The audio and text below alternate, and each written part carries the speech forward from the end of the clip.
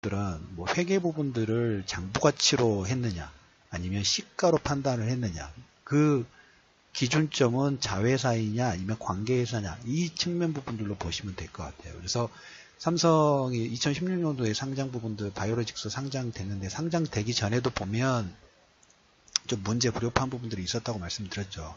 자, 그래서 바이오젠의 콜옵션 부분들을 어떻게 삼성 바이오로직스는 먼저 행사가 됐다라는 측면으로 받아들여서 그 시장 가치로 판단을 한 거고, 금감원 같은 경우는 그것은 그걸로 상장 가치를 올리는 부분들은 이건 상당한 문제가 있을 수 있다라는 변수 부분들로 이번에 보고 부분들이 좀 나왔어요. 그래서 이 삼성 바이오젠이 가지고 있는 2012년도 이쪽 설립 부분들이 진행될 때 삼성이 1,400억 정도, 그 다음에 바이오젠이 247억 정도 하면서 85대 15%의 지분 부분들을 했어요. 투자 부분들을 하면서. 그러니까 240억 정도 투자를 했을 때 어떤 사항 부분들을 줬냐면 콜옵션 기능을 줬어요. 콜옵션. 지분 50% 마이너스 1주까지, 그러니까 49.9% 정도 되겠죠. 콜옵션을 부여를 하는데, 그 콜옵션을 행사할 수 있는 기간이 다음 달까지예요. 물론 이 콜옵션 행사 부분들 코멘트를 했습니다. 코멘트를 했기 때문에 근데 이제 삼성, 저는 어제 4월 달에 아마 이 콜옵션 관련된 부분들 얘기를 한 것 같아요. 그래서 이제 어떻게든 6월 달까지 이 문제에 대해서 금감위에서의 제재 수준이라든지 이런 부분이 아마 결정이 좀 될 겁니다. 그래서 이번 달에 지금 예정돼 있던 거 시간을 조금 더 앞당겨서 그 감리위원회가 17일 날 열리고, 방금 전에 말씀드렸던 증선위도 조금 23일 정도. 그래서 23일, 그러니까 앞으로 한 2주 정도 내 방향 부분에 거의 결정이 좀 될 것 같아요. 핵심 키워드는 바이오젠의 콜옵션 기능 부분들을 예전에 행사가 안 됐는데 이걸 행사로 보았던 삼성 측면하고 시장에서는 행사가 안 됐는데 그 가치 부분들을 부풀려서 상장이라든지 이런 게 제일모직하고 삼성물산까지 다 영향을 다 주는 거예요. 지금 다 줬기 때문에 그걸로 인해서 가치 부분들이 추가 부풀려졌겠던 케이스 부분들이 좀 있죠. 특히 삼성물산이 이제 제일모직하고 합병 부분들 진행될 때 제일모직의 가치를 올리기 위해서 에버랜드의 지분가치 땅 공시지가 부분으로 좀 올렸었죠.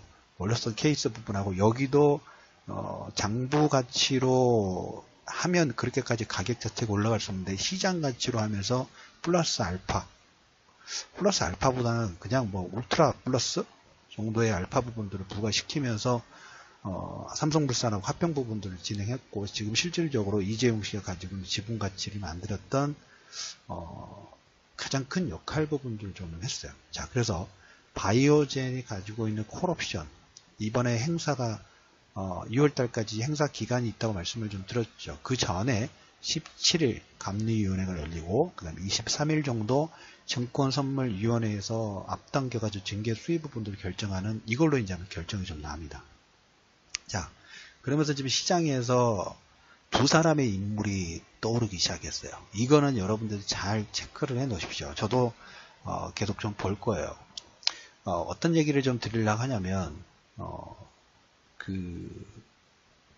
우리가 이제 그 문재인 대통령이 진행이 되면서 약간 별도 내용이긴 했지만 적폐가 상당히 많은 사회 전반에 뿌리가 너무 깊게 박혔어요. 일제시대부터의 잔재가 아직까지 남아있고, 그 뿌리는 너무 뿌리가 튼튼해가지고 뿌리를 한꺼번에 뽑기도 힘들 것 같아요. 일단 가지부터 좀 잘라야 되지 않을까, 큰 가지부터 자르면서 점차적으로 뿌리를 뽑는 그런 수순 부분들로 가야 될까라는 생각 부분들을 가지고 있는데, 워낙 그 뿌리 자체가 탄탄하다 보니까 한 번에 해결이 안 돼요. 그리고 저항도 아시다시피 너무 강한 걸 여러분들이 더 잘 아실 거로 봐요. 일제청산도 마찬가지고, 그 다음에 이제 두 번째로 지금 시장에서 화제가 되고 있는 것은 검찰의 적폐청산 부분들, 금경수사권 조정 관련된 부분들이 얘기가 되고 있는데, 이것도 역시 반발 자체가 쉽게 되는 건 아니죠. 지금 이런 부분들은 제도가 바뀌어야 돼요. 그냥 인사로 한두 명 이렇게 옮기고 이게 아니라 그 가지고 있는 제도 자체를 바꿔야지만 나머지 수년 쪽으로 바뀔 수 있는데, 그 다음에 또 이 적폐청산 부분들이 깊게 박혀 있는 게 마피아라는 부분이에요. 마피아라는 부분. 이건 지금 삼성바이오로직스, 삼성증권이라든지 삼성그룹이 이렇게 시장에서는 다 용인을 했다고 하지만 약간 오버슈팅 부분들, 과도하게 이런 행동 부분들을 할 수 있었던 것은 감독을 권한을 가지고 있는, 예를 들면 검찰이나 경찰이 눈을 부릅뜨고 있는데 그런 범죄를 저지르기는 쉽지는 않죠. 근데 이쪽도 보면 금감원이라는 존재가 있고 금감위라는 존재가 있어요. 자, 금감원은 이렇게 생각하시면 돼요. 이 금융 관련된 모든 금융 관련된 검찰, 경찰 역할 부분들을 하신다고 보시면 될 것 같아요. 자, 금융위원회는 금융위원회가 있고 금감원이 있어요. 금융감독원이 있고 금융위원회가 있는데, 예전에 여기가 어떻게 보면 문제를 만들 수밖에 없는 그런 구조가 됐던 건 사실이에요. 예전에 이 금감위가 출연이 좀 되면서 지금 조직구조상 어떻게 됐냐면 금감위원회가 최상이에요. 최상위. 예를 들자면 이거로 보시면 돼요. 청와대가 위에 있고 청와대 밑에 검찰 조직이 있다고 보시면 될 것 같아요. 그래서 물론 독립을 주장을 하지만 실질적으로 또 정부 조직의 어떤 그 컨트롤 부분들을 받을 수밖에 없겠죠. 자, 금감위가 있고 그 밑에 하부 조직이 금감원이에요. 그래서 이제까지 이 법이 바뀐 다음부터 금감위원회는 관료 조직이고, 근데 금감원은 그 내용상 특수법인으로 별도 분리를 했지만 실질적으로 금감위가 상위 구조인 역할 부분을 하다 보니까 이제까지 금감위원회의 통제, 형식상으로는 통제가 아니라 독립이라고 하지만 독립됐다고 보기에는 이제까지 특히 박근혜 정부 이명박 정권에 거의 위에서 다 좌지우지했다고 그래야 될까요? 이 대립구도 부분이, 그래도 근데 금융감독원은 당연히 그 감독 조직이기 때문에 독립을 해야 되겠죠. 그래서 여러분들한테 제가 방송을 드릴 때 전에 금감원장 김기식 금감원장의 취임 부분들이 됐을 때 아마 뉴스를 보신 분들이나 방송 보신 분들은 아마 아실 거예요. 엄청난 공격 부분들이 들어가가지고 해외 자금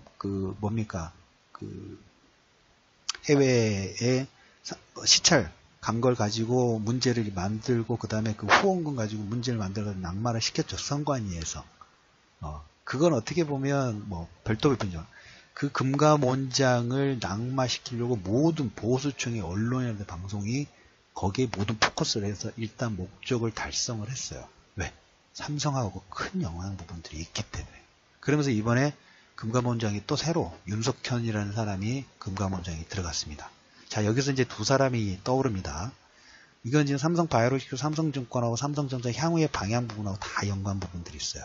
어느 쪽의 힘 부분들이 금감원의 독립성 부분들이 커지느냐, 아니면 금감위가 기존의 적폐 부분들처럼 계속 컨트롤하려고 하는 그 힘 부분들을 키우느냐.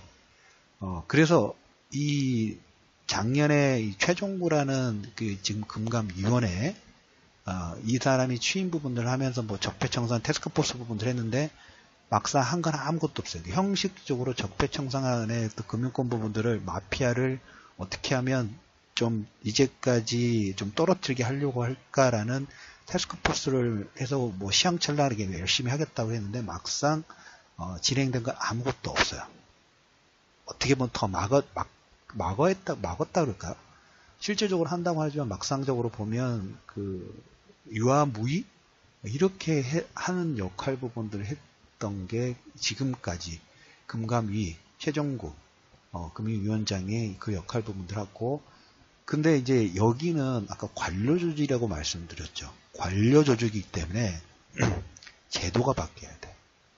제도가 바뀌어야지만 관료 조직 부분들의 방향 부분이 다 바뀌는 거죠. 근데 금감원은, 감독을 하는 금감원은 관료 조직은 아니에요. 독립법인이기 때문에. 하지만 여기는 시행령이라든지 이런 부분들로 바꿔가면 시행령 부분들을 바꾸거나 이렇게 진행됐을 때는 그 산업의 방향 역시 많은 걸 바꿀 수 있어요. 이 케이스가 어디서 나냐면 미국의 도드 프랭크법을 무산시키고 금융규제 부분들을 완화할 때 트럼프도 이렇게 비슷하게 했어요. 이 금감원이란 비슷한 곳을 그 인사를 바꿔가지고 금융규제 시행령 부분들을 많이 풀어버렸어요. 자, 우리나라 케이스로 들어가서 이 삼성바이오의 회계분식 관련된 부분들은 어디에서 이건 회계분식이다.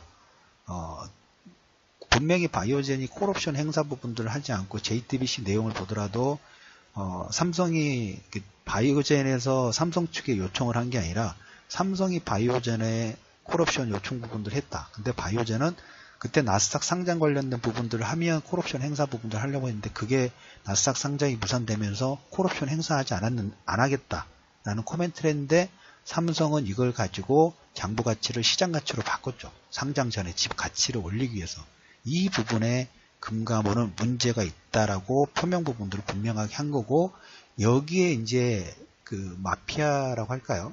마피아인지는 아직 모르겠지만 금감위원회에서는 이걸 지금 방어를 삼성 측의 의견 부분들을 좀 들어주려고 하는 그런 기조 부분들이 있어요. 그래서 지금 최근에 이제 문제가 확대가 되다 보니까 기사라든지 이런 내용들 보니까 작년에 2017년도 당선 이후에 최정국 금감위원장이 뭐 적폐청산 금융 쪽에 이제까지 너무 썩어 있던 물들을 좀 뭐 개혁 태스크포스 부분 만드는데 실질적으로 아무것도 안 했다고 말씀드렸죠.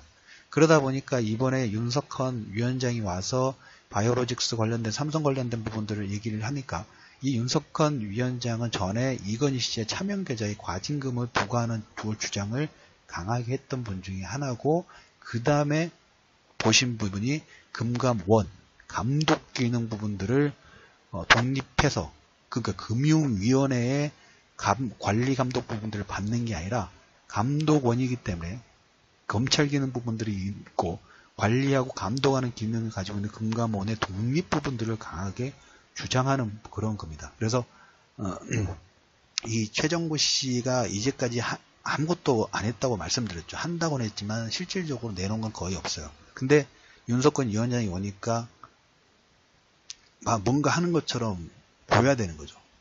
내부적으로는 아닌 것 같은 제 개인적으로 느끼기에는 내부적으로는 개혁을 한다고 하지만 이 개혁 성향의 정책이라든 이런 부분들 실질적으로는 진행을 안 시킨 걸 못 봤어요. 그런데 윤석헌 위원장이 오니까 오면서 금융위원회의 권위라고 할까요? 그 다음에 향후에 이 부분이 잘못되면 금융위가 두 개로 쪼개질 수 있어요. 대폭 축소가 될 수 있어요. 그 권한 싸움이라고 할까요? 제도를 누가 우선권을 가지고 있는가. 이게 어떻게 보면 마피아의 연결고리 부분하고 다 연결성 부분들이 있다고 보시면 돼요. 자, 그래서 지금 그 삼성 바이오 관련된 부분에서 이번 달에 감리위원회 증선위에서 제재 관련된 부분들이 이제 열립니다. 열리고 그 다음에 이제 시장에서 우리가 바이오를 가지고 계신 분들은 바이오전의 콜옵션 행사는 삼성 바이오에게 플러스 알파 되는 효과 부분들은 분명히 있어요. 증선이라든지 이에서 경제 제재 부분들은 마이너스 이되는 요건인데 지금 그래서 시장에서 최정구라는 사람이 삼성 연관된 사람들을 뭐 이쪽 뭐 다 빼겠다. 대심제 부분들을 하겠다. 그런 상황도 좀 조금 불안한 부분이 없잖아 있어요. 왜 그러냐면 회사가 뭐 회계를 잘못했다는 어떻게 보면 이 금융이라는 부분들은 중심축 기준이 명확해야 되죠. 어떨 때는 풀어줬다가 어떨 때는 이게 잡았다가 이렇게 하면 안 되죠. 근데 그 기준 부분들을 금감원이 이제까지 실질적인 힘 부분들을 못 썼어요. 그래서 지금 이 내용, 그러니까 윤석헌 금감원장의 그 금감원의 기능 자체가 강화된다는 의미 부분들은 뭐냐면 향후에 삼성전자의 지분, 삼성생명이 가지고 있는 삼성전자 지분 부분도 어떻게 할 것인가, 그 지분을 어떻게 할 것인가. 그래서 이 내용이 나올 때 최종국 위원장이 두 가지를 코멘트를 했습니다. 첫 번째, 삼성 측에 너희들이 어떻게 이 지분 부분도 할 것인지 너희들 안을 가져와 봐라. 논의를 해볼게.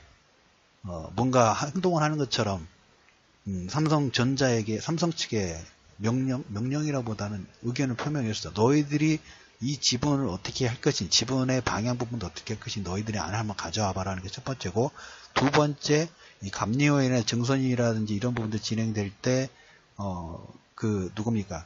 삼성 측에 연관된 뭐 관계자들은 다 배제한다. 이렇게 독립적으로 행동하는 것처럼 하지만 이 사람 성향은 작년부터 하는 게 거의 없다고 말씀드렸죠. 왜? 금융위가 이번에도 만약에 잘못하고 여론이 높은 부분들 금융위는 거의 쪼개진다고 보시면 돼요. 왜? 윤석헌 위원장이 전에 어떤 부분들을 하냐면 이건희 씨의 차명계좌에 과징금 부분들 부과했다고 말씀드렸죠. 그리고 금감위의 권한 자체, 정책을 만드는 기능하고 그 다음에 아무래도 금감위도 상위 기관이다 보니까 감독 기능 부분들이 있죠. 정책 만드는 기능은 기재부 쪽으로 넘기고 그 다음에 이 감독 기능 부분들은 금감원 쪽으로 통합하는. 그러니까 기존의 금융위는 다 포함하고 있었던 걸 두 개, 세 개로 이제 쪼개는 역할을 부분들. 권한이 훨씬 축소가 되는 거죠. 그러니까 어떻게 보면 부랴부랴 하는 것처럼 행동 부분도 좀 하고 있는데 이거에 따라서 삼성전자의 지분, 삼성생명이 가지고 있는 삼성전자의 지분 가치 부분들을 현재는 장부 가치로 했기 때문에 그 전체 그 자본의 몇 퍼센트 이거에 따라서 지분 가치 부분들이 변동이 돼요. 근데 향후 이제 보험업부 부분들이 바뀌게 돼 있어요. 그것은 우리나라의 그게 아니라 전 세계적으로 바뀌는 이 방향되게 있기 때문에 가치 부분들은 삼성전자의 지분 가치 부분들에 따라 삼성전자는 어느 정도 청산을 해야 되는데 그 속도라든지 방향 부분들이 다 결정이 됩니다. 금감원 쪽이라든지 김상조 공정거래위원장 자체도 보면 이 지배구조 개편 이제까지 부당한 그런 케이스 특히 뭡니까? 현대도 여기에 포함이 돼요.